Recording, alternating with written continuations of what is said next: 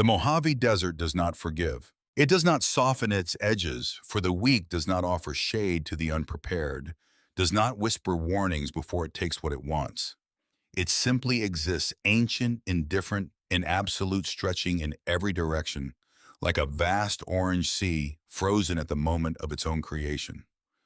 The sky above it is the kind of blue that has no name in any language too deep and too wide to belong to the ordinary world.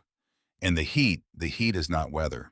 It is a presence. It presses down on everything beneath it with the slow, patient weight of something that has been here since before memory and intends to remain long after. Route 93 cuts through the heart of that desert like an old scar, straight and pale, and largely forgotten by the rest of the country.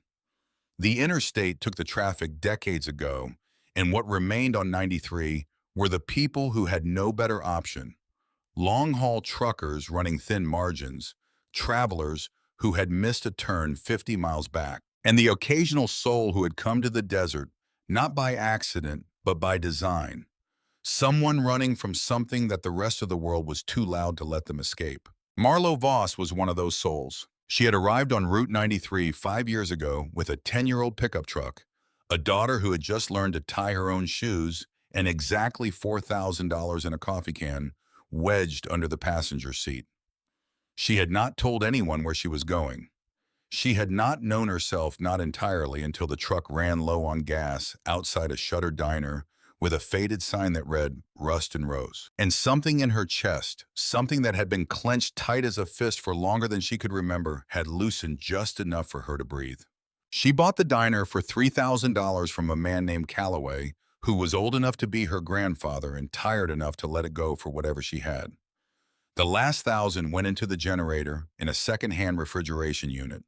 She repainted the sign herself, standing on a stepladder in the August heat, while her daughter sat on the gravel below and handed up brushes one at a time, solemn and efficient, as though this were a ceremony worth doing properly. The neon tube still buzzed and flickered in the old way, the way that sounded like a lullaby to Marlo, now like proof that something was still alive out here in all this silence. She was 34 years old. She had a daughter she would walk through fire for. She had a diner that barely stayed in the black. She had the desert which asked nothing of her except endurance. And for 5 years that had been enough. Her daughter's name was Calla. The name had come to Marlo in a hospital room at 3 in the morning, in the bleary, weightless hours after the birth, when the world outside the window was still dark and everything felt newly made. She had been thinking of flowers, not roses or lilies, the easy choices, but the Calla with its clean architectural lines and its quiet dignity, a flower that did not need to announce itself to be exactly what it was. It suited the child who arrived in the world with her eyes already open and her expression already watchful, as though she had assessed the situation and decided it was acceptable to proceed. Calla Voss, at 8 years old, was exactly the child her name had promised. She was small for her age, but moved through the world with a certainty that made her seem larger. She had her mother's dark eyes and her mother's set jaw, and she had something else, some quality Marlo could not name precisely, a kind of fearlessness that was not recklessness, but rather the genuine absence of the specific anxieties that plagued most children. She was not afraid of the dark. She was not afraid of the large trucks that shook the diner windows as they passed. She was not afraid of the scorpions she occasionally found in her shoes, which she relocated to the scrubland with the businesslike efficiency of someone performing a familiar chore. What Calla was above all else was curious. And in the desert, curiosity was a quality that cut both ways. The Rust and Rose occupied a particular kind of American nowhere. Behind the diner, the scrubland stretched in every direction, sagebrush and creosote, and the occasional skeletal Joshua tree standing alone against the horizon, like a figure waiting for someone who was not coming. Calla had claimed this territory as her own in the way children claim space, absolutely and without negotiation. She had a collection of smooth stones arranged by color along the base of the back wall. She had a spot under the overhang where she kept her drawings in a waterproof box, drawings of the desert and its creatures, and the trucks that passed, and occasional figures she never named aloud. She had paths worn into the scrubland that she had made herself over 5 years of walking paths that went nowhere in particular, but that she knew the way other children knew the routes between their bedroom and the kitchen. Marlo had built her own kind of knowledge in those 5 years. She knew which truckers took their coffee black and which needed 3 sugars and would never admit it. She knew that the highway went quiet on Tuesday afternoons in a way that it didn't on other days, and she had learned to use that quiet to do her bookkeeping at the counter instead of the back office where the air was too still to think. She knew the desert's sounds, the way the wind moved differently through the mesquite than through the sagebrush, the specific silence that preceded a dust storm, the quality of light an hour before sunset that turned the whole world the color of hammered copper. She had kept books for 3 small businesses before she had driven into the desert with the coffee can and the child and the nothing left to lose. A dental practice in Burbank, a landscaping company in Pomona, a diner not unlike this one in Fontana owned by a woman named Lorraine, who had been kind to her during a period when kindness was in short supply. Marlo had a head for numbers, not in the flashy way of people who went to business school, and came out speaking a language designed to obscure more than it communicated, but in the quiet, patient way of someone who understood that numbers told stories, if you knew how to read them, and that the stories they told were always true, which was more than you could say for most other things. She had not used that skill for much beyond keeping the rust and rose barely solvent. But it was there the way a certain kind of knowledge always stays not needed until suddenly it is, and then entirely necessary. On the evening that everything changed, the temperature had not dropped below 104 degrees since noon. The sky was the color of hammered copper as the sun went down, too dramatic to be real, the kind that made you understand why people had once believed the gods lived up there and were capable of anger. Marlo was inside the diner running a damp cloth over the counter for the 4th time that hour, more out of habit than necessity. The dinner rush, such as it was on a Tuesday on Route 93, had been 2 truckers and a couple in a minivan who had ordered coffee and pie and argued quietly about directions for 20 minutes before leaving without resolving the argument. The register held $63 and some change. Calla was out back. That evening she was building something out of flattened soda cans and the larger stones from her collection, a structure of no clear purpose that had nonetheless been occupying her attention for the better part of 3 days. She worked with her tongue between her teeth and her hair sticking to the back of her neck in the heat, entirely absorbed, entirely at peace in the way that children at work on something self-invented are at peace. She heard the sound before she understood it. It began as a mechanical scream, tires on asphalt pushed past every limit they were designed to tolerate, and then it became something larger and more terrible, a sound with weight and velocity and the unmistakable quality of a thing going wrong at speed. Metal meeting rock, not a single impact, but a cascading series of them, each one heavier than the last, accompanied by a grinding shriek that seemed to go on too long. The way sounds do when your mind is refusing to process their full meaning. And then the ground moved. Not much, not an earthquake, but enough that the soda cans in Calla's construction shifted and toppled, and she felt it through the soles of her sneakers, a vibration that traveled up through the earth, from somewhere down the embankment, out past the sagebrush, beyond the shoulder of Route 93. Then silence. The silence that follows catastrophe, which is different from ordinary silence, because it carries the shape of what just ended. Calla set down the stone in her hand. She stood up straight. She looked at the back wall of the diner, and then she looked at the path that led through the scrubland toward the highway shoulder. Most children would have run to their mothers. Most children confronted with that sound and that silence and that vibration in the earth would have done what every reasonable instinct demanded and retreated to safety and left the unknown unknown. Calla walked toward it. She moved through the scrubland at a pace that was not quite running but was too purposeful to be called walking, pushing through the brittle sagebrush that grabbed at her jeans with its dry fingers. The sky above her had gone from copper to a deep bruised purple, and the first stars were beginning to appear at the eastern edge of the horizon. She followed the path she knew until it ended, and then she made her own way forward, ducking under the low branch of a stunted mesquite tree, stepping over a dry wash, climbing up the slight rise that led to the shoulder of the highway. She smelled it before she saw it. Hot oil and scorched rubber and something metallic and dark that she did not have a name for, but that registered in some deep, pre-verbal part of her as wrong. She reached the shoulder and looked down. The culvert on the far side dropped 6 feet to a rocky floor lined with desert debris, broken glass, a rusted bumper from some vehicle long gone, tangles of dry vegetation. At the bottom of it, lying on its side with its front wheel twisted at an angle that made Calla's stomach turn, was a motorcycle. It was enormous. Even on its side, even wrecked it, projected a kind of mass and deliberate power that ordinary vehicles did not. The chrome caught the last of the light and threw it back in individual sparks. The engine was still ticking as it cooled a rapid, irregular sound, like a clock with a broken mainspring. Hot oil sizzled where it met the cracked exhaust pipe, throwing up a thin curl of acrid smoke that the desert wind carried west. About 15 feet away from the bike lay the rider. He was face down in the gravel.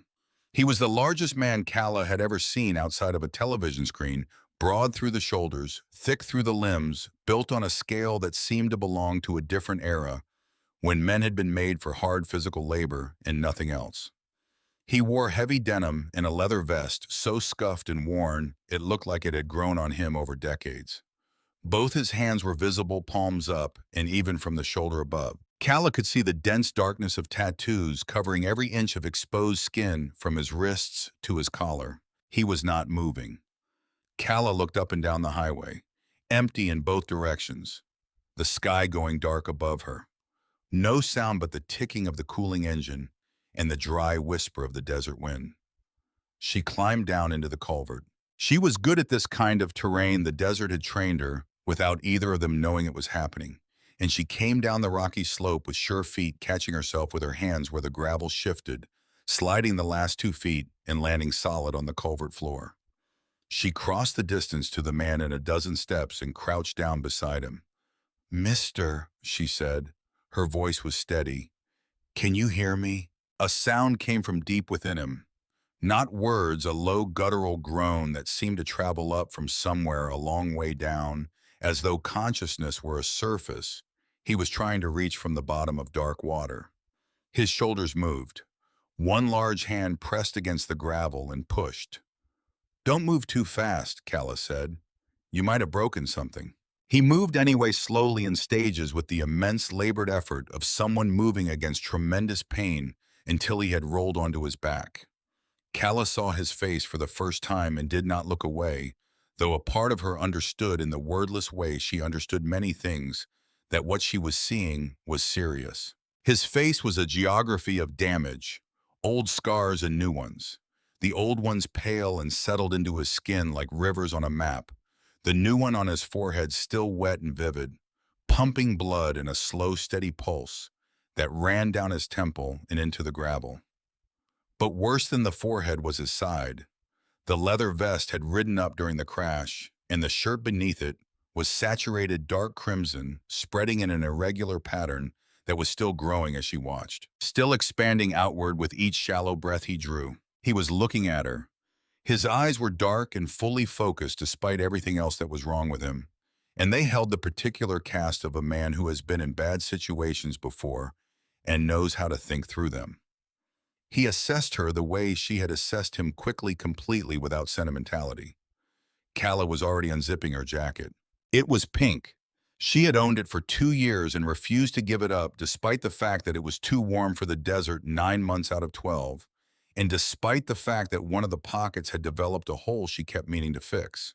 She rolled it without thinking and pressed it firmly against the man's side, the way her mother had shown her when Calla had cut her knee badly enough to need the lesson. "Press this," she told him, taking his heavy hand and placing it over the jacket. "Hard as you can." His hand was shaking, but he pressed it down. "Black SUV," he said.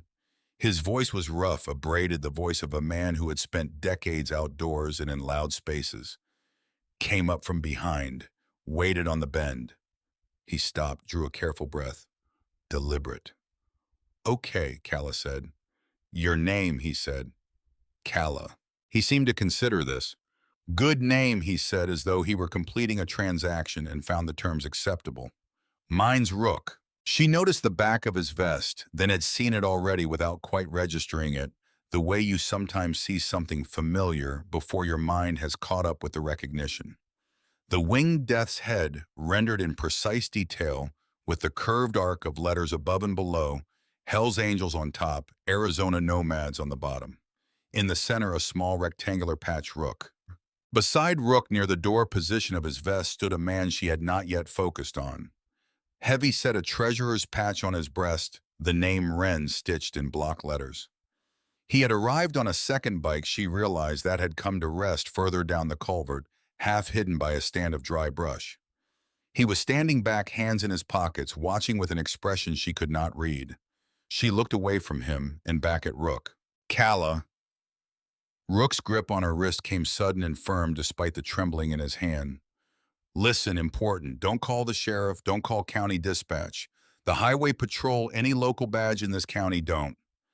He reached into his boot with agonizing slowness, each movement visibly costing him something he could not afford to spend. He retrieved a small package wrapped in oil-stained canvas and a ring-heavy silver skull design with the letters HAMC etched into the band. He pressed both into her free hand and closed her fingers over them with his own. Hide these. Give them to Shepard. Only Shepard. You find a man with these colors. He touched the patch on his chest. You ask for Shepard. Nobody else. Understand. I understand, Calla said. Say it back. Give it to Shepard. Only Shepard. Nobody else. Something in his face shifted, not quite relief, but belonging to the same territory. The grip on her wrist loosened. His eyes began to lose the sharp focus they had maintained through the conversation, the way a room darkens when someone turns down a lamp by degrees. Good kid, he said. It came out barely above a whisper. Calla. Her mother's voice cut through the evening air, sharp, high, frightened in the particular way that Calla had heard only a handful of times in her life, each of them significant. Calla, where are you? Down here. Calla did not shout, but pitched her voice to Carrie. Mom, down here. He's hurt bad. The sound of running footsteps on gravel. Then Marlowe appeared at the edge of the culvert and looked down, and Calla watched her mother's face go through several things very rapidly.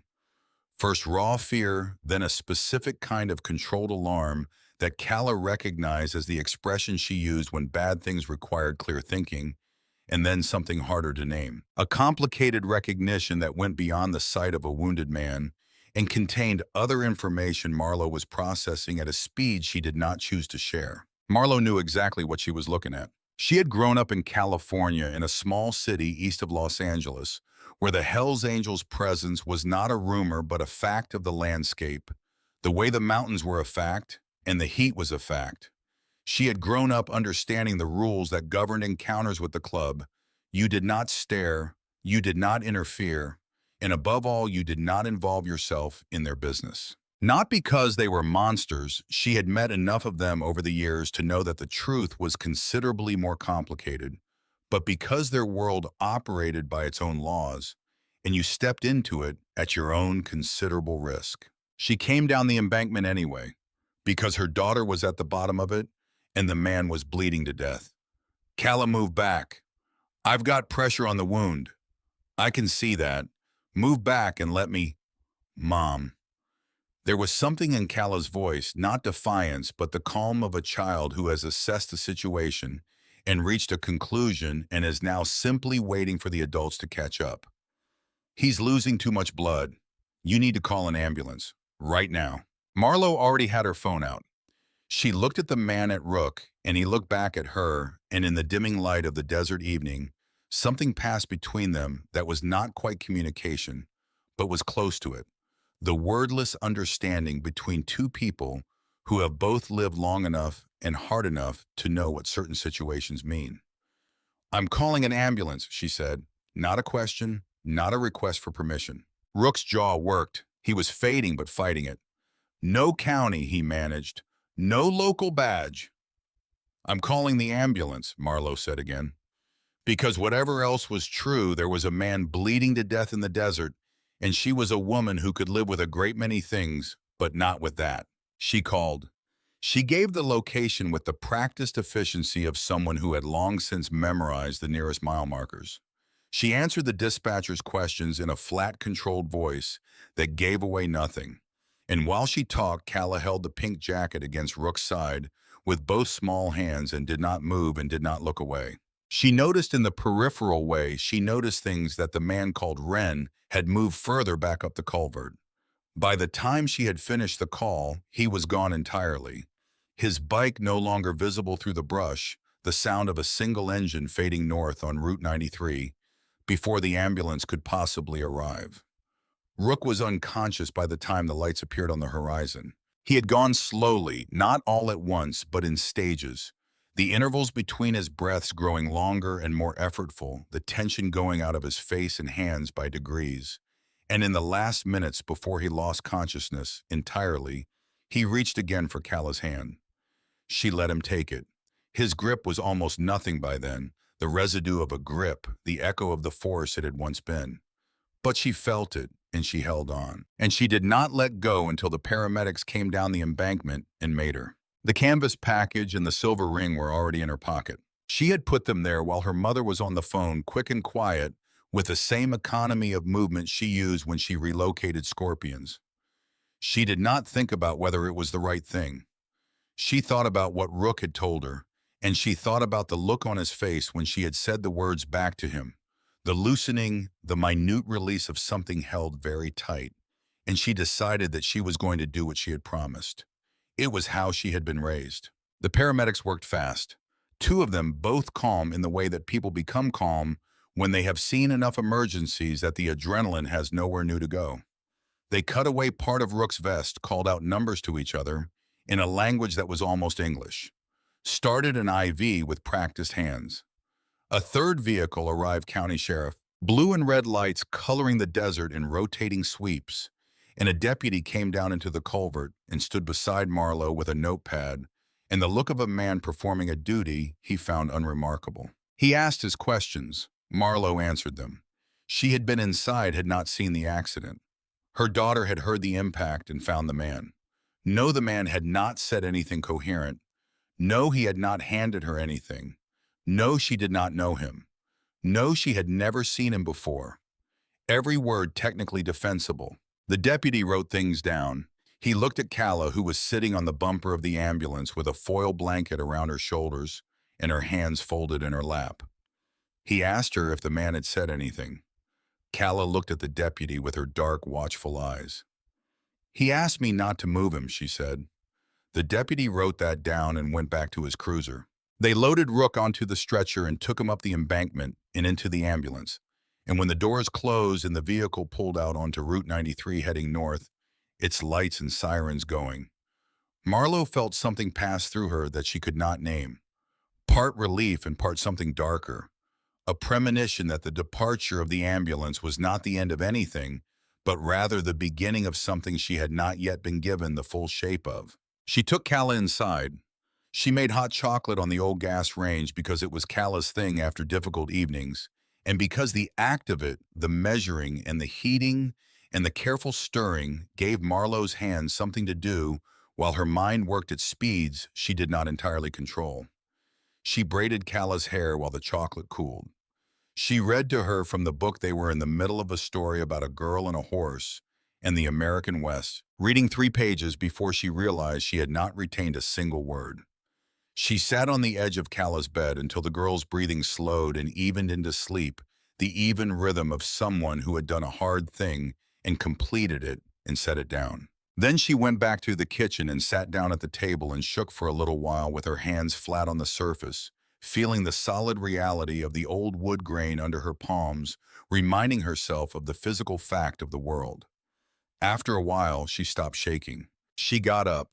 She went to the laundry room off the back of the kitchen because Kala's jeans were stained with desert dirt and someone's blood, and they needed to go into the machine before morning. She found the jeans in the hamper. She turned them out over the machine, checking pockets the way she always had. The habit of a careful woman who had washed a library card into illegibility once at age 22 and never forgotten the lesson in what landed in her palm stopped the breath in her chest. A silver ring, heavy skull-faced with the letters HAMC etched into the band, and a small package wrapped tightly in oil-stained canvas. Marlowe stood in the laundry room for a long moment with these two objects in her hand. She looked at them the way you look at something that has changed the nature of your situation without asking your permission. Then she carried them to the kitchen table, sat down under the overhead light, and unwrapped the canvas with the slow, deliberate movements of someone who already understood at some level below conscious thought that she did not want to hurry toward what she was about to find. It was a notebook. Small, leather-bound, the leather worn to near dissolution at the corners and the spine. It had the look of something consulted frequently and carried always a document that had lived in close proximity to its owner for a very long time. She opened it. It was not a diary. The pages were filled with dense, careful handwriting, the handwriting of a man who took precision seriously, each entry small and controlled, containing dates and initials and strings of numbers. She looked at the numbers with the quiet, patient attention she had once given to the books of three small businesses, and the numbers resolved themselves the way numbers always did for her, the way a language becomes comprehensible once you have learned its grammar. Offshore account routing numbers, transaction amounts, dates spanning more than 2 years. She turned the pages slowly. The amounts were large, not dramatically large in the way of television crime dramas, but large in the way of real money moving through real channels over real time, the cumulative weight of sustained corruption rather than a single spectacular theft. The transactions were frequent. The pattern, once she recognized it, was unmistakable. This was a record of money moving in directions it was not supposed to move through, channels that were not supposed to exist, to people who were not supposed to have it. She was good at this. She wished she weren't. Between the numerical entries were names, initials at first, then as the entries progressed, and the notebook's author had apparently grown either more confident or more reckless, full names. A county judge whose name she had seen on a campaign sign outside the town 40 miles north. A state assemblyman she recognized from local news broadcasts about highway funding. Two other names from the Mojave County Sheriff's Department, both in positions of meaningful authority. She turned another page and stopped. Two-thirds of the way through the notebook, in the same careful hand as everything else, was a name she recognized not from news broadcasts or campaign signs, but from her own counter, her own coffee, her own careful silence on a Tuesday afternoon 2 years ago. Not an initial, a full name: Grady Dern. Captain Grady Dern, Mojave County Sheriff's Department. The man who had driven up to the Rust and Rose in a county vehicle on a Tuesday afternoon and ordered coffee. He didn't drink, and told her in a voice that was friendly, in the way that sharpened metal is friendly, catching the light nicely until it doesn't. That business out here on Route 93 could be difficult. That establishments without proper relationships with local law enforcement sometimes found themselves dealing with code violations, license irregularities, the kinds of administrative complications that could make a person's life very hard in a very isolated place. That he personally would be glad to help smooth those complications in exchange for a modest monthly consideration. Marlowe had told him no. She had said it quietly, and she had meant it, and he had driven away without making threats in language that could be quoted later. He had not come back since, but she had felt him out there for 2 years, a presence at the edge of her peripheral vision, something she registered without looking directly, at the way you register a smell that doesn't belong in a room before you can name what it is. She turned another page. Near the back of the notebook, a list of dates and locations and amounts told a story that was larger and colder than anything she had expected. Cartel fentanyl moving through the desert on routes that had been cleared of interference by the people whose names filled these pages. The amounts at the end of the entries were not the modest monthly considerations of a small-time protection scheme. They were the amounts of people who had committed themselves entirely to a thing from which there was no comfortable extraction. She sat with this for a long time. Outside, the desert was doing what it did at night, cooling rapidly, the temperature dropping 20 degrees from its afternoon peak, the stars emerging in their thousands as the sky cleared and darkened, the coyotes beginning their conversations in the scrubland to the east. Ordinary desert night, entirely indifferent to what she was holding. She thought about what Rook had told Calla. No local badge, only Shepard. She thought about Grady Dern's name in this notebook. She thought about the black SUV that had run Rook off the road on a stretch of highway that had seen no other traffic in the hour before. She thought about the state trooper who had stood in her parking lot tonight with his notepad, and she thought about how any call she made tonight to any law enforcement number she could find in this county might travel along a chain of communication that ended at a desk where one of these names sat waiting. She thought about her daughter asleep in the back room. She thought about the 2 duffel bags in the closet. She had kept them packed for 3 years, a habit from the years before the desert, from the time when being ready to move was the only safety that felt real. Last year, she had told herself she didn't need them anymore, that she had stopped running, that the desert had become something more than a hiding place. She looked at the notebook on the table. Her hands were not shaking anymore. They were very still, the way hands become still when the mind has moved past the stage of being frightened into the stage of being operational. She thought about the numbers she had just read with the careful literacy of someone who had spent years making sense of other people's finances. She thought about what those numbers meant in aggregate, what kind of machinery they represented, what kind of people were required to keep that machinery running, and what those people were willing to do to protect it. She thought about a man in a culvert pressing objects into her daughter's hand with the last strength he had. She thought about a man called Wren, who had been there and then was not, whose bike had disappeared north on Route 93 before the ambulance arrived. She wrapped the notebook back in its canvas. She set the ring beside it. She turned off the kitchen light and stood in the dark for a moment, listening to the desert silence, listening for anything within it that should not be there. There was nothing. Not yet. She went back to the laundry room and put the jeans in the machine and finished the wash with the mechanical thoroughness of someone who needs her hands occupied. She laid Calla's jeans over the drying rack and folded the other things with the automatic care of long habit. She checked the locks on the front door and the back door and the 2 windows that faced the highway. She did not go to bed. She pulled the 2 duffel bags out of the closet and set them on the bed and stood looking at them. They were the bags of a person who expected to need to leave quickly. Clothing, documents, a small amount of cash she had built up over 3 years in the Altoids tin at the back of the medicine cabinet, the things that mattered and nothing that didn't.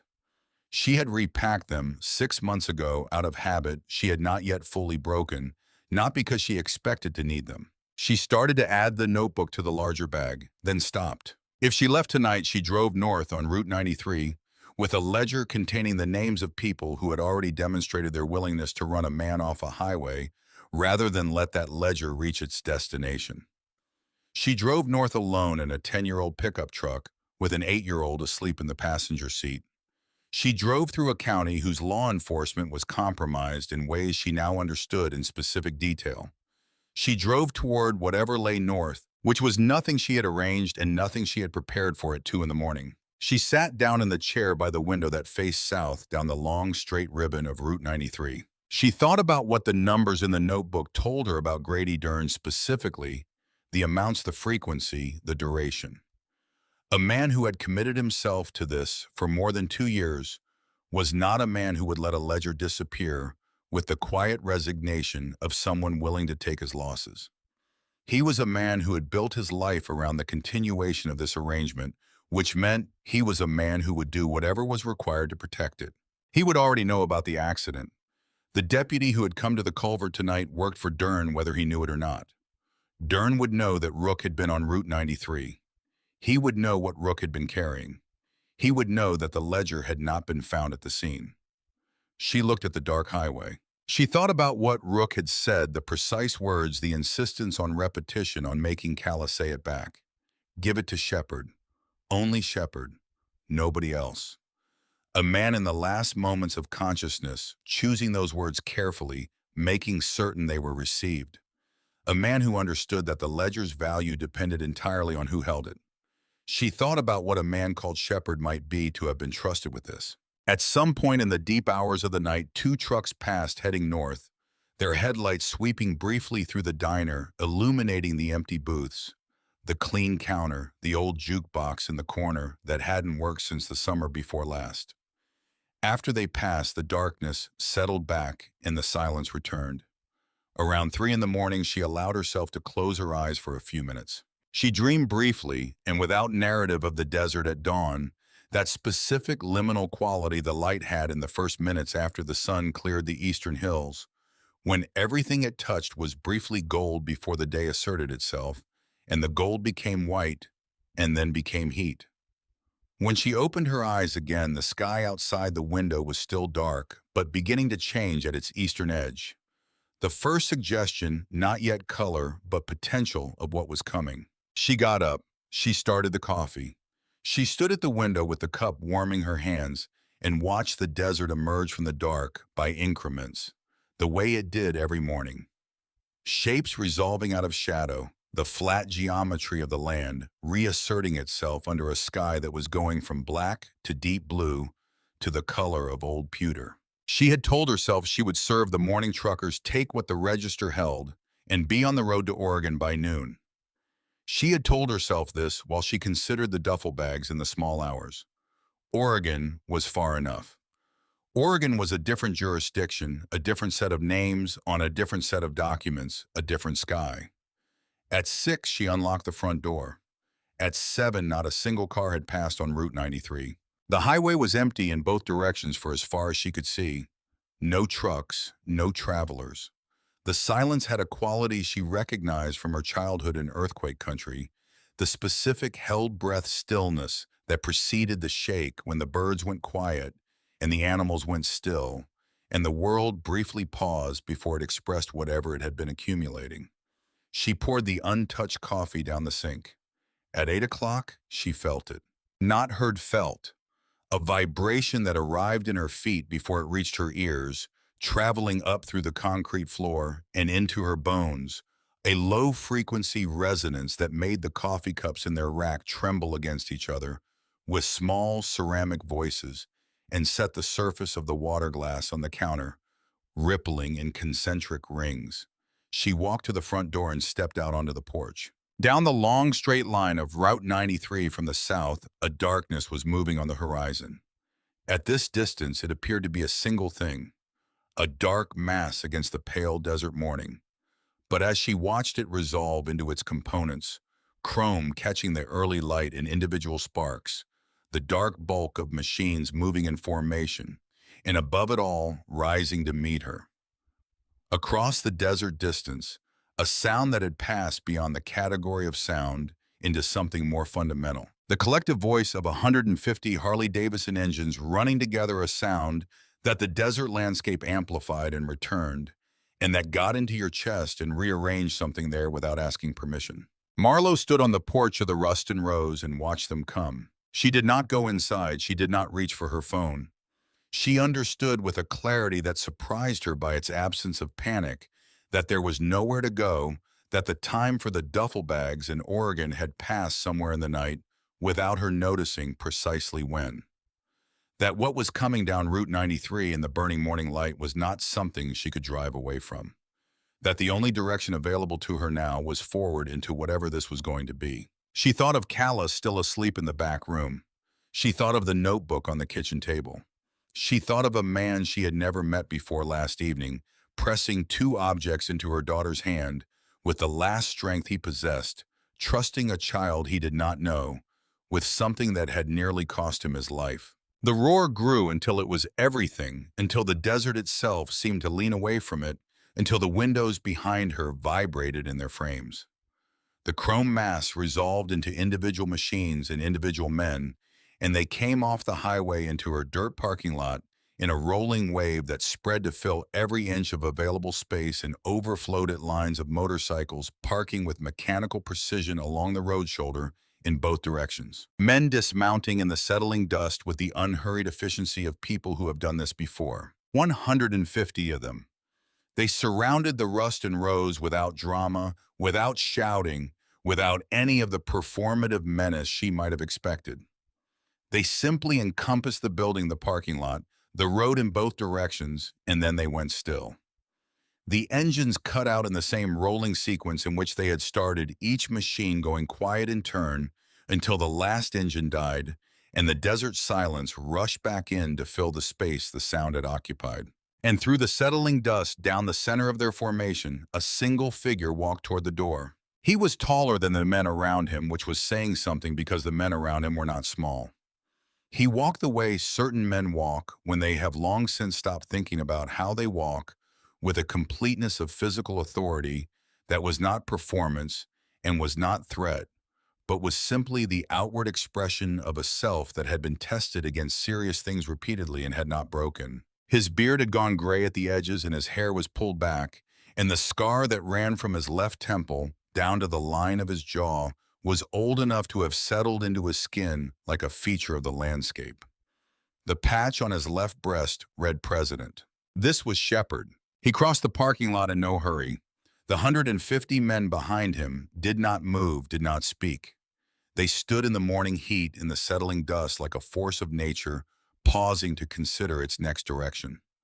Shepard reached the porch steps and came up them and stopped in front of Marlowe. And she held her ground because there was nowhere to go. And because something in her, the part that had survived the last 5 years by learning to stand still, when standing still was the only option, told her that moving backward would cost her more than it would gain. He looked at her for a moment without speaking. She looked back. Then he walked past her and through the front door. The glass did not break yet. That came a moment later when two of the men who followed him found the deadbolt insufficient and addressed the problem with a single boot strike that sent the lock skittering across the linoleum in 3 pieces. The bell above the door chimed as it always chimed, the small domestic sound of it entirely incongruous in the middle of everything else, and it lodged itself in Marlowe's chest like a splinter. That small familiar sound in the middle of the unfamiliar world that was currently replacing hers. She had already moved. Back through the diner, past the counter, into the hallway that led to the kitchen and the storage room beyond. She did not run, but she moved with purpose, and she had Calla by the shoulder before the girl was fully awake, steering her out of bed and through the kitchen in the gray morning light. "Mom, pantry, behind the flour sacks. Don't come out until I come for you." She kept her voice at the register she used for serious things, not loud, not frightened, just flat and precise and absolute. "Do you understand me?" Calla looked at her with those dark, watchful eyes. "Is it them?" "Yes." "How many?"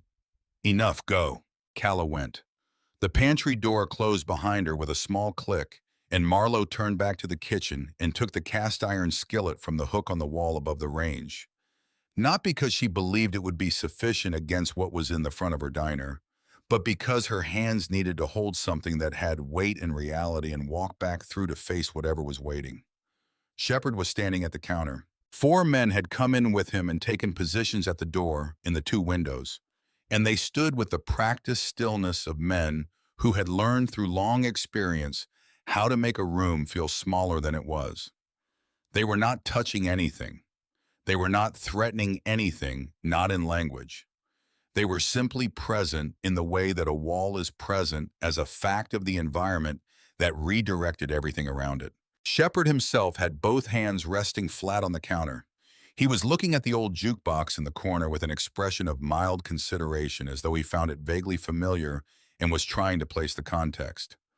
When Marlowe came around from the kitchen side and stopped behind the counter with the skillet held at her side, he turned and looked at her. "You're the owner," he said. It was not a question. "Yes." Marlowe Voss. She had not told him her name. She felt the weight of that knowledge settle somewhere in her chest. "Yes," she said again. He looked at her with dark eyes that were doing a great deal of quiet work. "My sergeant-at-arms went down on Route 93 last night, 3 miles south of this location. He was found in the culvert below the highway shoulder with a punctured lung and a laceration in his side that missed his kidney by less than an inch." He paused. He had the voice of a man who chose his words before speaking them and spoke them only once. "He's alive, barely." "The hospital called our chapter contact at 4 this morning." "I called the ambulance," Marlowe said. "I know you did. I didn't see who ran him off the road." "I know that too." Shepard's hands flat on the counter did not move. What I'm here about is something else. Rook was carrying something when he went down.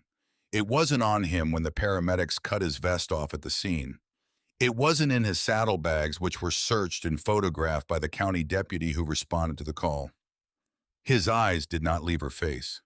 That means it was removed from his person between the time of the accident and the time the ambulance arrived, which is a very small window, which contained very few people.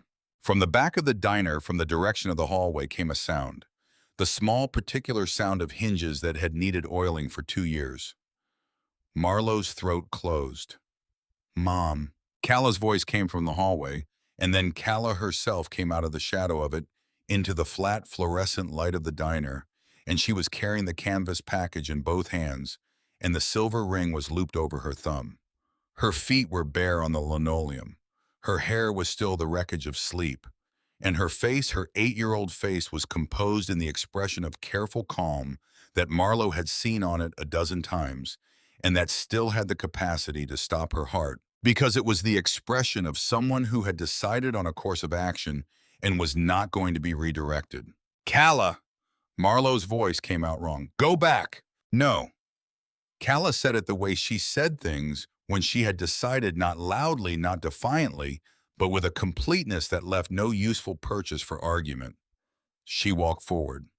The 4 men at the door and windows watched her cross the diner floor, and something in the room shifted the way the atmosphere changes before a storm, some pressure differential that the body registers before the mind names it. A large man doing a hard thing produces one kind of tension.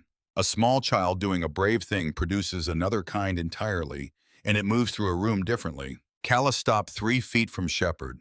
She was a small child standing before a very large man who commanded 150 other men waiting outside, and she looked up at him with her mother's dark eyes and her own particular fearlessness. Not the fearlessness of someone who doesn't understand danger, but the fearlessness of someone who has understood it and decided to proceed anyway, and she did not appear to find the situation unreasonable. Shepard looked back at her. Then he did something Marlowe had not anticipated. He lowered himself to one knee slowly, the old leather of his riding pants creaking his face, registering the effort and dismissing it until he was at eye level with the 8-year-old in front of him.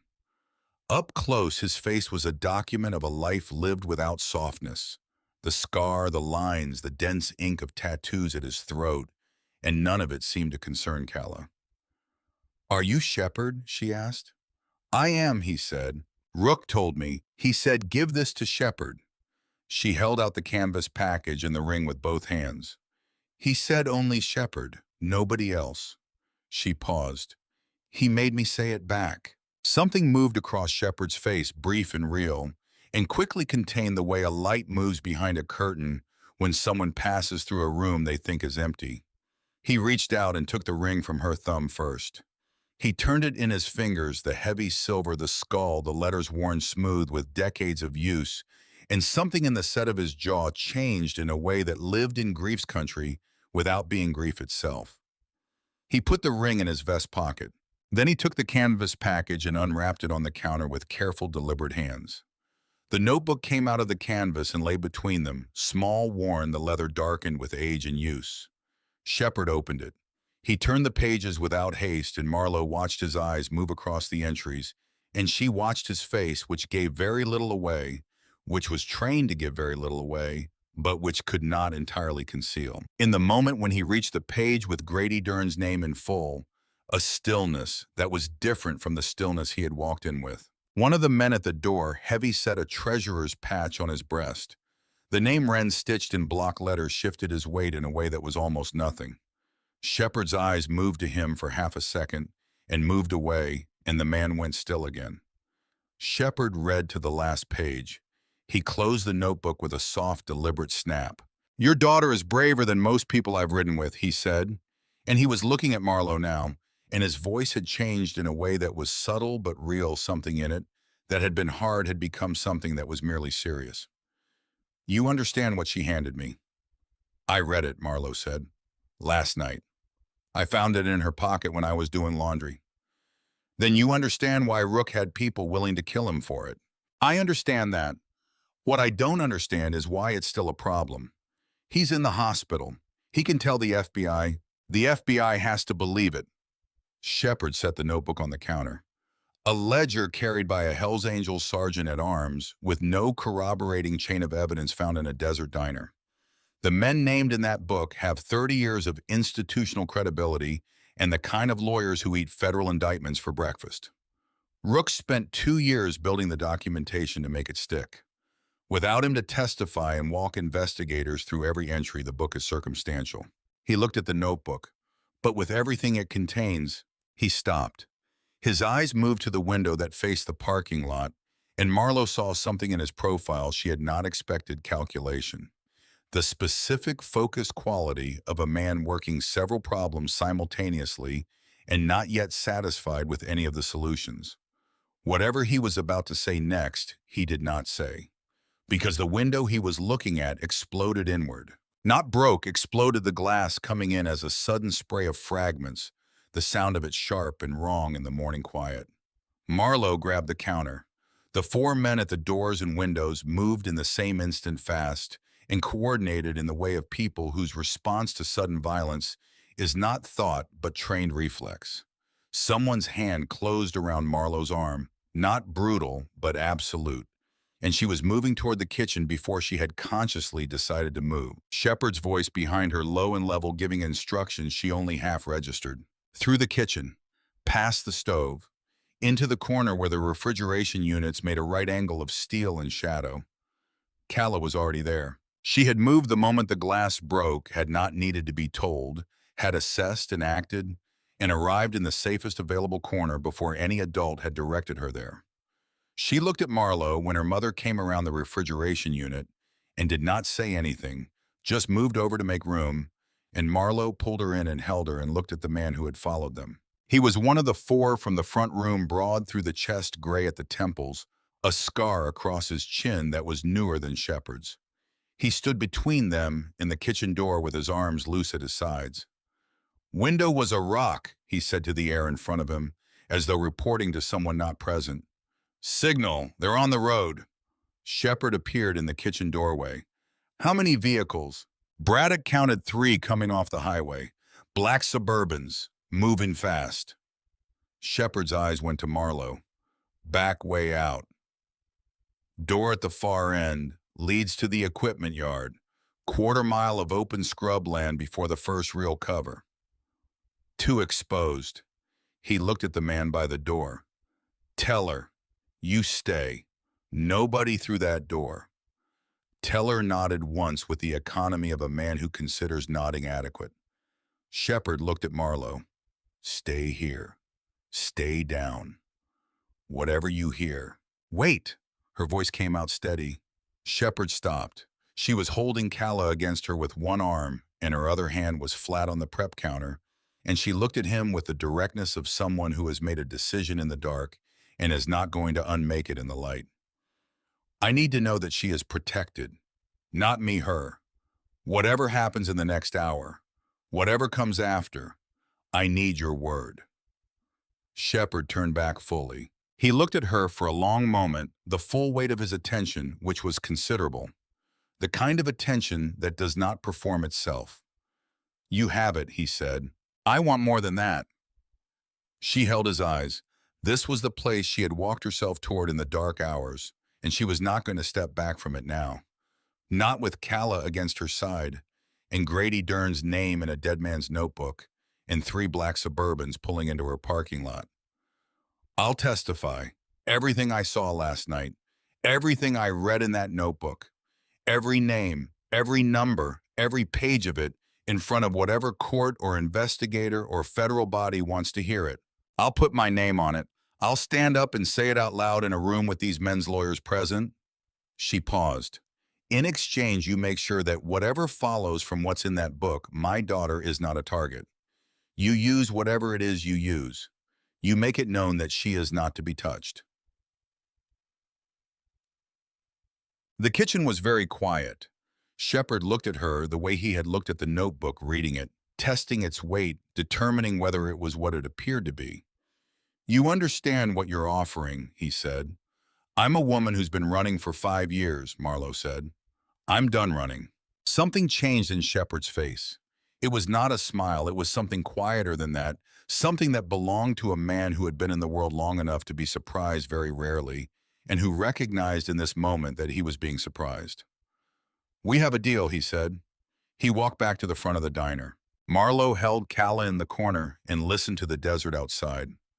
Through the wall, she could hear the Suburbans, the heavy V8 engines, the spray of gravel as they came in fast, the creak and slam of heavy doors. She heard the sound of boots on hard earth, a different rhythm than the bikers, the cadence of men in tactical gear moving with purpose. Then she heard a voice she recognized, not from the parking lot, from her memory, which was sometimes worse. Captain Grady Dern, sitting at her counter 2 years ago with untouched coffee and a pleasant face and a voice that was careful to remain pleasant right up until the moment it revealed what was underneath the pleasant. She had not forgotten that voice. She suspected she would carry it the way you carry certain sounds that arrive at significant moments, permanently, involuntarily available for retrieval at 3 in the morning for the rest of your life. She pulled Calla tighter. Mom, Calla said quietly into the fabric of Marlowe's shirt. Yeah. Rook told me not to call the county sheriff. I know. He knew this was going to happen. Marlowe said nothing for a moment. Outside, through the thin walls, she could hear Dern's voice speaking at a volume calibrated to carry across a parking lot, the same careful register, the same specific quality of pleasantness that was the surface of something else. She couldn't make out the words. She could hear the tone. He knew someone was going to come looking, she said finally. That's why he had the book. That's why he gave it to you instead of keeping it on him after the accident. He trusted me, Calla said. Yes, because I was there. Because you stayed, Marlowe said.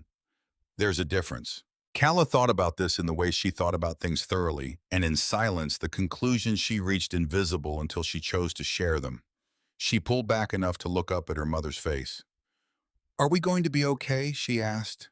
A genuine question, not a plea. I think so, Marlowe said. And then because it was Calla, and Calla deserved the real answer. I'm not certain, but I think so. Calla nodded, accepting this, and leaned back against her mother's side. Through the wall, the voices outside rose and fell. Marlowe caught fragments, her own name, the word ledger, and then with a clarity that went straight to the gut, the unmistakable sound of a shotgun being racked. Teller by the kitchen door had not moved. He stood with the same looseness as before, his eyes on the door, his hands ready with the peace of a man who had achieved through long exposure to exactly this kind of morning, a complete absence of surprise. She heard Shepard's voice then projecting outward through the broken window, not loud but carrying the voice of a man accustomed to being heard over engine noise in open air. She couldn't catch every word, but she heard enough her name and Calla's in a tone of finality that left no useful space for negotiation. She heard Dern's voice respond. Something had changed in it. The architecture of the pleasantness had collapsed, and what was underneath was older and less controlled than the surface had always suggested. Then Shepard appeared again in the kitchen doorway. Dern wants to speak with you, he said. Outside. The kitchen held its stillness. Alone, Marlowe asked. No, I'll be beside you. He's asking for you specifically. He says he has something to offer you that he won't offer in front of the club. Shepard's voice remained entirely level. You don't have to go. I tell him no, and we proceed from where we are. Marlowe looked at Calla. Calla looked back at her. Teller stays with her, Marlowe said. Yes. He doesn't move from this room until I'm back in it. On my word. Marlowe smoothed her daughter's hair with one hand, the reflex of 1,000 ordinary mornings, the gesture so habitual she barely knew she was making it, and then she straightened and said, all right. They walked through the kitchen and through the diner and out through the wrecked front door into the full force of the Mojave morning, where the sun was now high enough to be serious, and the temperature was climbing toward the day's intent, and the dust from the Suburban's arrival still hung in the air in golden suspension. The parking lot had become a geography of confrontation. The 150 men of the club had reorganized in the time Marlowe had been in the kitchen, pulled back from the diner's perimeter, and formed a loose semicircle facing outward. And within this formation, the three Suburbans sat with their doors hanging open, and 12 men in tactical gear and dark balaclavas standing beside them in two loose clusters. Between the two groups was 40 feet of open ground close enough for everything to be heard, and far enough that neither side could reach the other without crossing space that no one wanted to be first to cross. Grady Dern stood in the middle of that 40 feet. He was out of uniform. She had expected that after the notebook, but seeing it was different from knowing it, a dark tactical vest over a plain shirt, no badge, no insignia, the Remington shotgun held with the ease of long familiarity. He was sweating. She could see it from 20 feet away, the shine of it on his forehead, the dark patches at the collar of his shirt. And she understood that the sweat was not only from the heat. He watched her cross from the diner to where Shepard stopped, and then he watched her take 2 more steps forward on her own initiative and stop at a distance from him that was close enough for conversation. "Marlowe," he said, still the pleasant voice and still the effort of it visible now in a way it hadn't been 2 years ago in her diner. "I was hoping we could speak sensibly about this." "We're speaking," she said. He glanced at Shepard, who had stopped 10 feet behind her and was doing nothing in the specific way that a man with 150 armed men behind him can do nothing and have it constitute a statement. "This has gotten complicated," Dern said. "Things were done last night that were not my preference. Rook made choices over 2 years that made certain responses necessary. That's not your problem. It was never meant to involve you." "And yet," Marlowe said. He almost smiled. It didn't reach anything above his jaw. "And yet." He shifted the shotgun slightly, not raising it, not threatening, just reminding that it was a fact of the morning. "I want to be clear about what I'm offering. Not to Shepard, to you specifically." His eyes went to hers and stayed there. "You take your daughter, you walk to your truck, you drive north. I give you 24 hours before I file any report. By that time, you're in another state with a different name and a fresh start, and none of what happened on Route 93 last night is ever connected to a woman named Marlowe Voss. And what do I give you? A signed statement dated this morning witnessing that the Hells Angels presented themselves at your place of business and compelled you to surrender property that had been left with you involuntarily." He paused. "You're a victim in this statement, completely protected." The desert wind moved through the parking lot, kicking up a small funnel of dust between them that rose and dispersed and was gone. Somewhere behind her, among the 150 men, something shifted, a boot on gravel, a man resettling his weight, and then went still. Marlowe looked at Grady Dern. She looked at the sweat on his forehead and the effort behind the pleasantness, in the eyes of a man working very hard to project confidence he did not entirely possess. She looked at the shotgun, which was a fact she did not minimize. She thought about the notebook, about the amounts and the dates and the names and the particular coldness of those numbers on those pages. The clinical record of what it cost to move poison through a desert and call it something else and make the bodies disappear. She thought about 5 years of duffel bags and coffee cans and running. She thought about her daughter in the kitchen behind her in the corner by the refrigeration units with a biker named Teller standing between her and the door. She thought about a man in a culvert pressing objects into Calla's hand and making her say the instructions back. She did not look at Shepard. She did not need to. She said no. Dern's face did something complicated. "Marlowe, I said no." She held her ground in the sun without moving. "Whatever you're planning to do next, do it. But I'm not signing your statement, and I'm not driving north, and I'm not pretending this is a situation where you have the kind of power you're implying." She paused for just a moment. "You ran a man off a road last night and left him to die in a culvert, and my 8-year-old daughter held his wound closed with her jacket while I called for help. You don't get to stand in my parking lot and offer me a deal." The silence that followed was very complete. She turned her back on Grady Dern and walked to Shepard's side. Behind her, she heard Dern's breathing change, the sound of a man in whom something structural has given way, some load-bearing element of the edifice that had been holding him together since he'd driven out here this morning, with 12 armed men and a plan he'd believed was sufficient. "You're making a mistake," he said to her back. She did not turn around. Shepard was looking at her with those dark, assessing eyes, and what she saw in them was the look of a man recalibrating, taking in new information, and adjusting his read of a situation he had already thought he understood. He said nothing. He turned to face Dern and the Suburbans, and his voice when he spoke carried across the parking lot with the effortless authority of a man who had been making himself heard over engine noise for 40 years. The photographs of every page in that ledger went to the FBI's Internal Affairs Division and to the chief editor of the Los Angeles Times at 7:53 this morning. Encrypted, time-stamped, sent from 3 different devices by 3 different people in 3 different states. He let that settle like dust after a vehicle passes. "I've been waiting for you to pull up since 6. We had time to be thorough."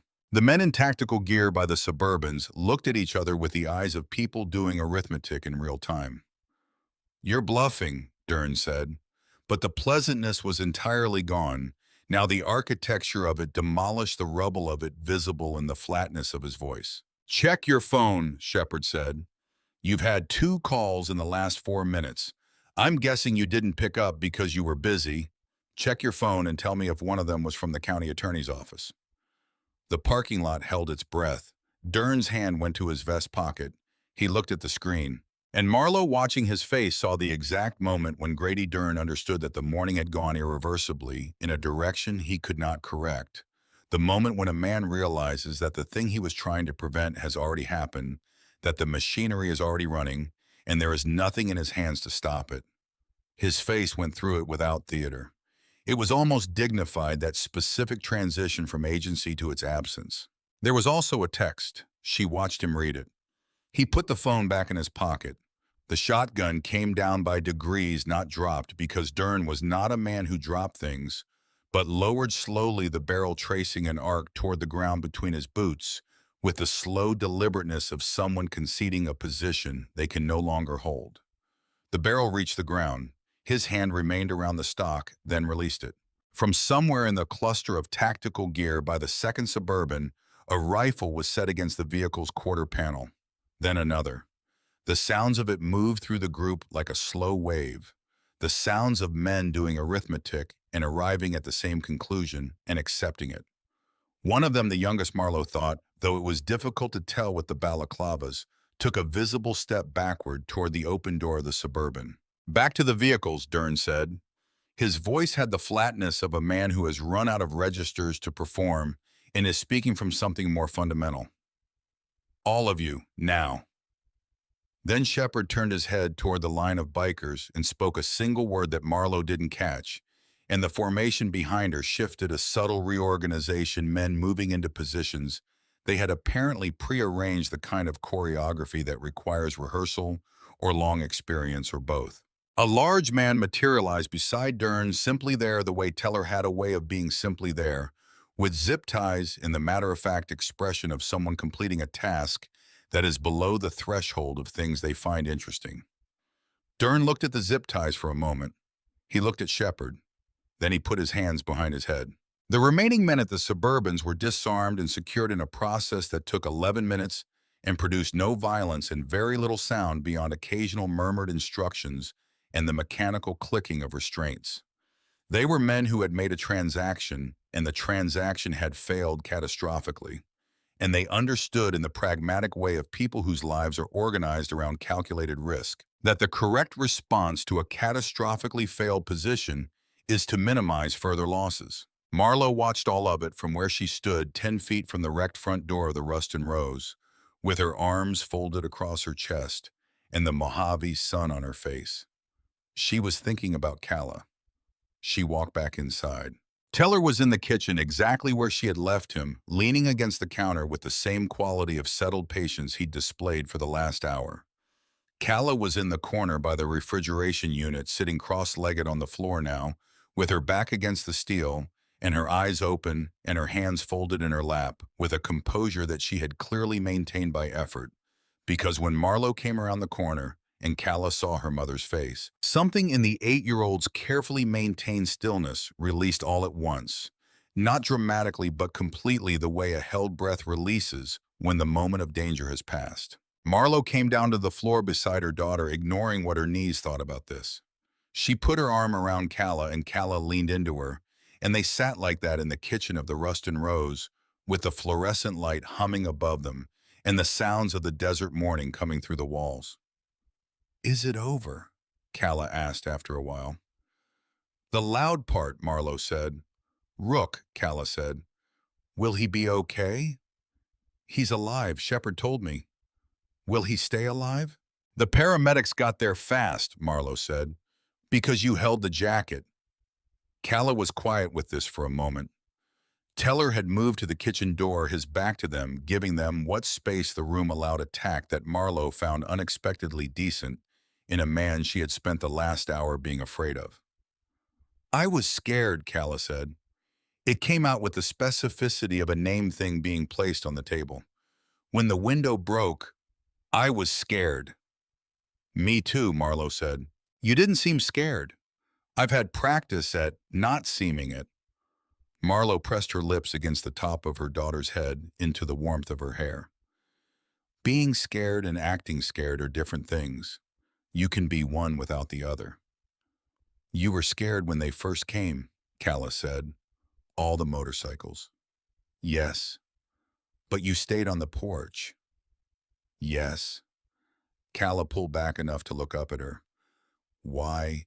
Marlo thought about this, about the moment on the porch when the roar had crested, and she had understood with a clarity that surprised her by its absence of panic that there was nowhere to go. She thought about the 5 years before that moment, the coffee can, the road north, the desert that had offered her silence, and asked only endurance in return. "Because I was tired," she said finally, "of always having somewhere else to be." Calla looked at her for a long moment with those dark, watchful eyes, reading something in her mother's face with the specific literacy she had always had for Marlo's interior, states a literacy that sometimes felt like being seen more completely than was entirely comfortable. "Okay," she said, as though this answered something larger than the question she had asked. She leaned back against her mother. "Okay." They heard Shepard's boots in the diner before he appeared in the kitchen doorway. He looked at them on the floor and said nothing about it. "FBI is 40 minutes out," he said. "I spoke to the field office in Las Vegas directly. They've had a file open on Dern for 7 months. They needed Rook to close it, and they needed the ledger. They have both now." He paused. "Dern is their problem from here. His people are secured. My brothers will be gone before the federal vehicles reach the highway." Marlo stood slower than she would have liked. "And Wren." The name landed in the room with the weight of a thing that had been waiting to be said.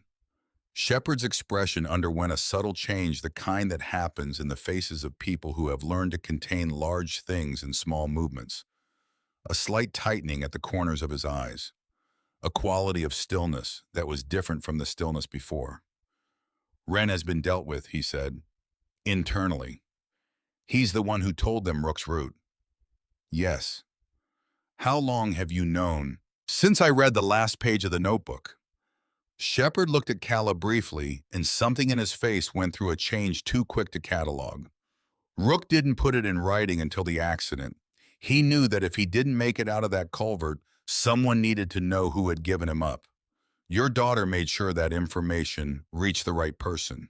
Calla, still on the floor, was listening with the expression she wore when absorbing information she intended to examine later, attentive, but not reactive, storing rather than responding. "What happens now?" Marlo said to us. It was not quite a question. "You testified today," Shepard said. "Dern made you an offer and you refused it in front of witnesses on both sides. The federal agents will want a formal statement.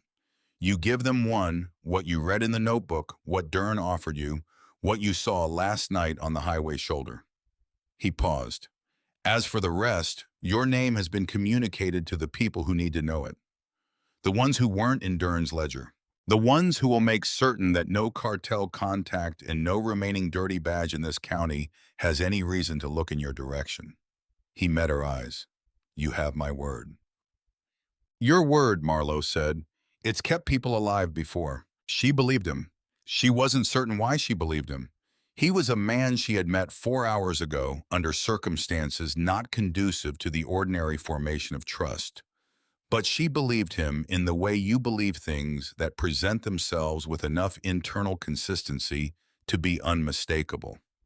She had read people her whole life in the way that women who have survived difficult things develop the skill of reading people. And Shepard read as a man who did not offer his word lightly because he understood its cost. "All right," she said. He reached into his leather cut.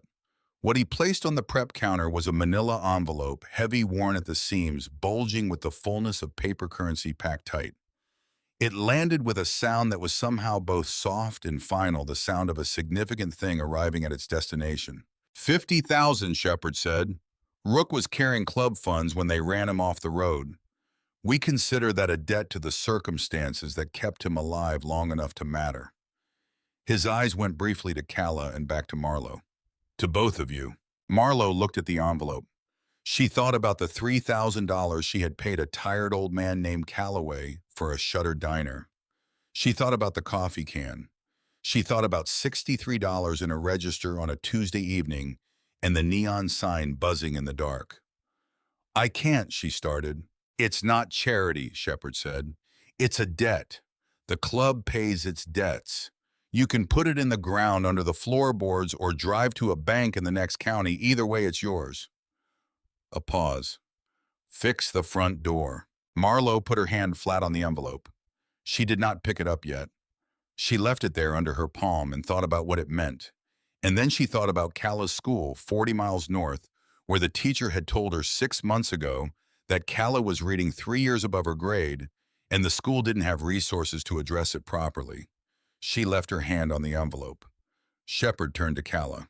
He crossed the kitchen and came down to one knee in front of her, the way he had in the diner, with the same slow deliberateness, the leather creaking his knees, making their objections known without being listened to. He reached into his vest pocket. The patch was small, perhaps 3 inches across, worked with the care of something made by hand. The winged death's head of the club's insignia, rendered in precise detail, but above the skull stitched in gold thread that caught the kitchen light with a warmth different from the silver of the ring, was a small halo. A delicate arc, perfectly formed, hovering above the skull, like something that had landed there and decided to stay. He held it out to Calla. She looked at it in his palm. She looked at him. "You kept your promise," Shepard said. "You said the words back to Rook, and you kept them under pressure that would have broken most grown men I've known. That counts for something in this world." He held the patch steady. "You show this to anyone wearing our colors anywhere in this country and you tell them Shepard said you're family. The club protects its own." Calla took the patch from his hand with both of hers. She looked at it for a long moment, at the skull and the golden halo and the fine stitching, with the expression she wore when she was committing something to the category of things that would stay with her. "Tell Rook I hope he gets better," she said. "I'll tell him myself tonight." "Tell him the jacket wasn't my favorite anyway," she said. "I'm getting too old for pink." Something happened in Shepard's face that Marlowe had not seen there before. Something unmistakable and uncontained, the specific warmth of genuine amusement. Brief and real, there and then gone. Then he was standing again, and he was Shepard again, complete, and contained the evidence of the moment already absorbed back into the landscape of his face. He looked at Marlowe one last time. "Get the front door fixed before winter," he said. "The desert gets cold." She held his eyes for a moment, which he received with the same directness he had applied to everything else, and then he walked out of the kitchen. She heard him cross the diner. She heard his boots on the porch steps.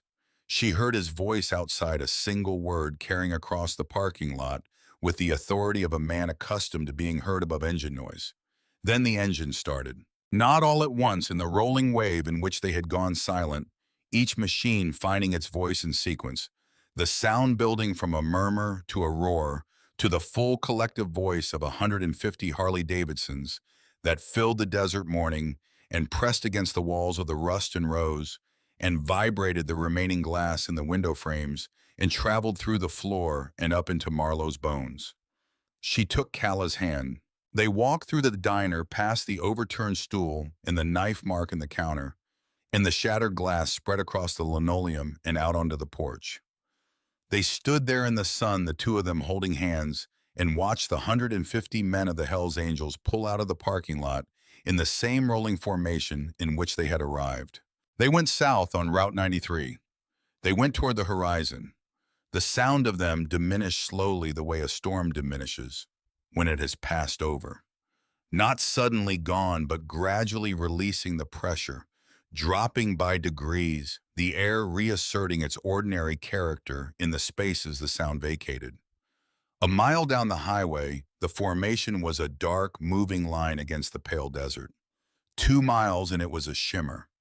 3 miles and the desert swallowed it entirely, and the sound went with it. And Route 93 was empty again in both directions, and the only sound was the wind and the buzzing of the neon sign above them, which had apparently survived the morning's events uninterrupted. Marlowe stood on the porch and breathed. She breathed the way you breathe when something that has been pressing on your chest for a long time has lifted, not the sharp relief of sudden release, but the slower, stranger sensation of finding that you had grown accustomed to weight, and the absence of it felt like a different kind of pressure. The FBI arrived in 4 vehicles at 9:43 in the morning, 41 minutes after Shepard had told her they were coming. There were 7 agents. The one who introduced herself as the lead was a woman in her late 40s named Carver, with close-cut gray hair and the economy of movement of someone who has been doing a particular kind of work for a long time and has lost the capacity to waste energy on its performance. She shook Marlowe's hand with a grip that was neither performing nor withholding. She looked at Calla with an expression that was professional and not unkind. She said her team had been building toward this morning for the better part of a year. She did not say anything about the Hells Angels. She did not ask where they had gone. Marlowe gave her statement at the kitchen table sitting across from Carver, while one agent recorded and the rest secured the scene and processed Dern and his men. She told it in order the accident Calla finding Rook the ambulance, the notebook the morning. She told it carefully and completely, including every name from the notebook she could recall, including the conversation in the parking lot and the offer Dern had made her and the precise words she had said in response. When she was done, Carver looked at her notes. "You refused to walk," she said, "with your daughter in the building." "Yes?" Carver looked at her with eyes that were doing the same kind of quiet work Shepard's had done, arriving at different conclusions. "That took something," she said. "I've been running for 5 years," Marlowe said. "I decided this morning it was long enough." Carver made a note. "We're going to need you available. Depositions, possibly testimony. Months, not weeks. Dern has lawyers who will make this complicated and slow." "I'll be here," Marlowe said. Carver looked up. "You're staying." "I'm staying." The first time she had said it out loud. It settled into the kitchen air with the weight of something decided, not announced, not proclaimed, but simply true in the way that certain things become true when you say them in the right moment, in the right place. The rust and rose breathed around her, its old walls and thin windows, and humming generator and stubborn neon sign, and Marlowe sat in it and felt for the first time in 5 years that she was in a place she had not already half left. The federal vehicles were gone by early afternoon.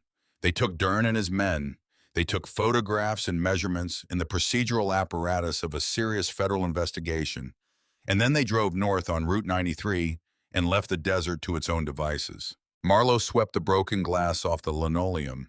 She swept it into the dustpan Calla held for her with the focused competence she brought to practical tasks, and they moved through the diner together, clearing the worst of the debris, working in the easy synchronization of 2 people who have shared a small space for a long time and know each other's rhythms.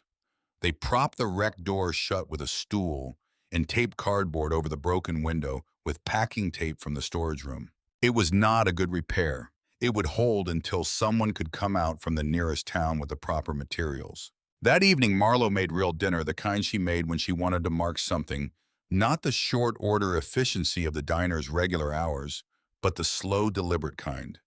Chicken roasted with the herbs she grew in clay pots along the back wall. Potatoes from the bags she had been rationing all week. The good bread she drove to the bakery for every other week, and kept in the freezer thawed and warmed in the oven until the crust was right. They ate at the kitchen table with the makeshift repairs holding behind them and the desert going gold and purple through the windows as the sun went down. Calla had the patch in her pocket. Marlowe had watched her put it there before dinner with the deliberateness of someone making a decision about where something belonged, and she kept her hand in that pocket at intervals throughout the meal, in a reflex she probably wasn't aware of. "Are we going to Oregon?" Calla asked. "No." Calla looked at her. "We're staying." "We're staying." A pause. "Because of the money?" "No." Calla considered this. "Because you told the FBI agent you would." "Partly." Marlowe set down her bread. "Mostly because this is our place. It's been our place for 5 years, and I've been treating it like somewhere I was visiting and waiting to leave." She looked at the table, at the grain of the wood she had run her hands over 1,000 times. "I don't want to visit anymore." Calla picked up her fork. "I never wanted to go to Oregon anyway," she said with the equanimity of someone who has been holding this information for an appropriate moment and finds the current moment adequate. "I looked it up. It rains all the time." Marlowe looked at her daughter across the table. "Yeah," she said, "it does." The days that followed had a different quality than the days before, though Marlowe could not have said precisely what was different. The work was the same, the opening and the closing, the coffee and the counter and the register at the end of the day. The truckers came and went as they always had, and the desert performed its daily transformations from dark to gold to white to copper. The same sequence it had always performed with no particular acknowledgement of what had changed. But something had changed.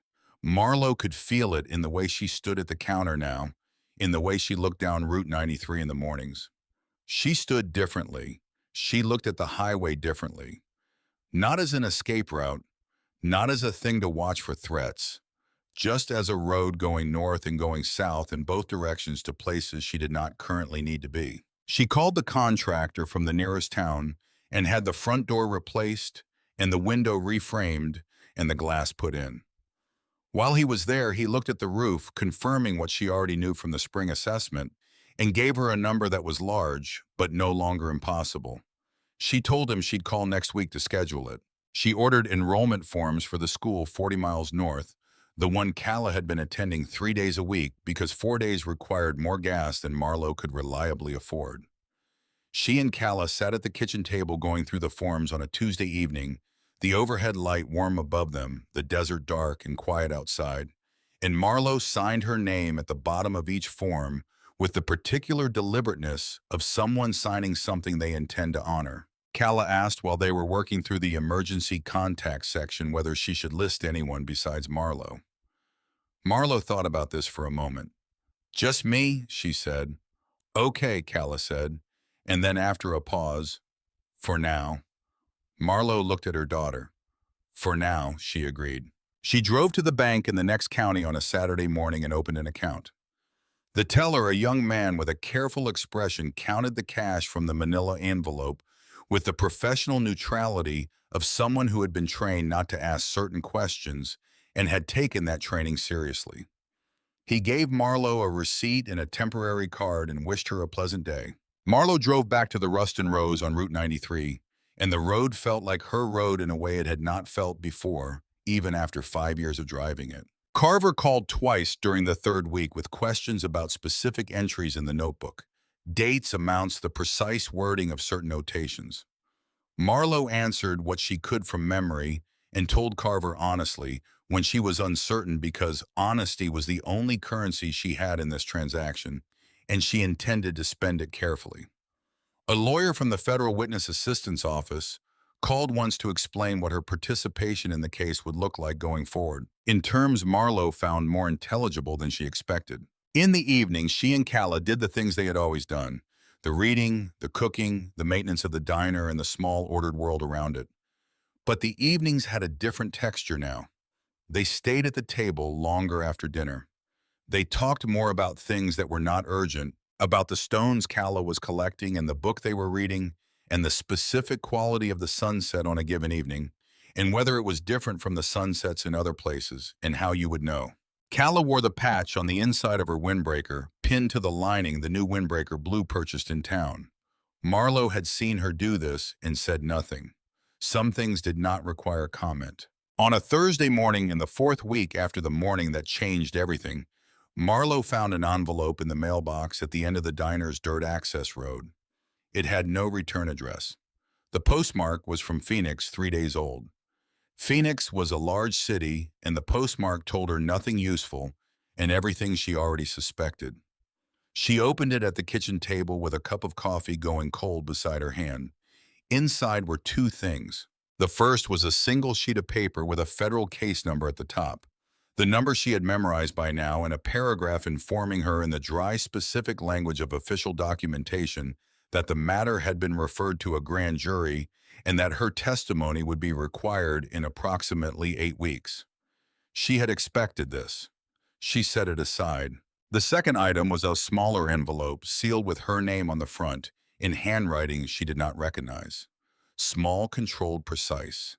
The handwriting of a man who took precision seriously, who had spent time on the letters, who had wanted them to be right. She opened it. Inside was a single index card.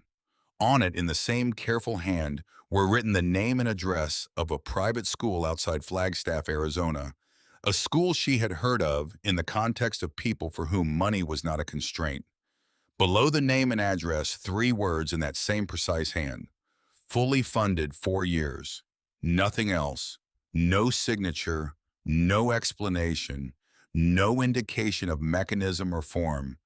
Just the name and the address and those 3 words. Marlowe sat with the index card for a long time. She thought about a man in a hospital in Phoenix fighting his way back from a punctured lung and a wound that had missed vital things by margins that the paramedics had found remarkable. She thought about a massive hand shaking with blood loss and the effort of consciousness trying to stay above the surface, pressing 2 objects into a small girl's palm with the last of what it had. She thought about the precise instruction, say it back, make certain it's received, make certain the thing will be done. She thought about what it meant to keep a promise from a hospital bed across the distance between 2 people who had met once in a desert culvert and whose lives had been altered by the meeting in ways neither of them had designed. She set the card down. She got up and went to the back of the diner and opened the door to the outside, to the hard-packed earth and the sagebrush and the heat, which was still serious at this hour of the morning, in the sky above it that was the blue that had no name in any language. She stood in the doorway and let the desert come in around her. Calla was on her path, the one she had made herself, the one that went nowhere in particular, and that she knew the way other children know the routes between their bedroom and the kitchen. She was crouched over something in the scrubland, entirely absorbed a stone she had found, or an insect she was considering relocating, or simply something that had caught her attention and held it with a specific magnetic quality that the desert presented to her in almost everything. She did not look up. She did not know she was being watched. Marlowe leaned against the doorframe and watched her daughter in the desert morning and thought about the road she had not taken and the road she had, and the particular road that had brought her to this exact piece of hard-packed earth, this scrubland and this neon sign and this best sky in the world. And she thought about how the places you run to become if you are very lucky and willing to stop running the places you are from. She had been running for 5 years. She had told Shepard she was done. She had told Carver she was staying. She had signed her name to forms and opened accounts and called contractors and ordered enrollment paperwork. She had done all of this with the deliberate intention of a woman making a life rather than maintaining a position. The index card on this kitchen table was not a question. It was an answer to something she had not known she had asked, offered by someone who had understood the asking before she did. That evening, she showed it to Calla. Calla read it at the kitchen table the way she read everything, with her full attention, without hurry, turning it over to look at the blank back and finding nothing there. She set it on the table. She was quiet for a moment in the way she was quiet when she was thinking about something seriously. "Rook sent this," she said, not a question. "I think so." Calla's hand went to the inside of her jacket, to the patch pinned against the lining, touching it, without taking it out, a reflex she perhaps wasn't aware of. "Is the school good?" she asked. "I looked it up this afternoon. It's very good." Calla nodded slowly. How far? Far enough that you'd live there during the week. Come home on weekends. Calla looked out the kitchen window. Through it, the last of the evening light was doing what it did over the desert, turning everything it touched to copper and gold, making the ordinary landscape look briefly like something from a book of wonders, before the light went and the stars came, and it became something else equally extraordinary. I don't want to leave you here alone, Calla said finally. Marlowe looked at her daughter across the table at the dark, watchful eyes and the set jaw and the hand against the lining of the jacket where the patch lived, and felt something move through her chest that was too large and too warm to name with any precision. I won't be alone, she said. I'll have the desert. Calla considered this with the seriousness it deserved. She looked at her mother. She looked at the index card on the table. She looked back at her mother. They're not bad people, she said. It was the conclusion she had been working toward. Marlowe understood the things she had been turning over for 4 weeks, sorting through, carefully arriving at, through the slow, patient process by which she arrived at everything. They're not good people either. She paused. They're people who keep their promises. Marlowe reached across the table and covered her daughter's hand with her own. Yes, she said. That's exactly right. Outside, the desert went dark by degrees, the way it always did, the copper going to purple, going to the deep blue, that was not quite night, and then the stars coming out in their thousands, as they always did, as they would long after everything that had happened this week was only a story. Someone told the way stories get told when enough time passes and the sharp edges round, and what remains is the shape of the thing, which is sometimes more true than the details. The neon sign above the rust and rose buzzed and flickered in the old way, throwing its pale light out onto Route 93, where the road ran straight and pale toward a horizon that was, for the first time in 5 years, not a direction Marlowe was planning to travel. It was just the view. And it was enough. It was, she thought, looking at the dark highway and the stars above it, and the desert that asked nothing of her except to remain exactly enough.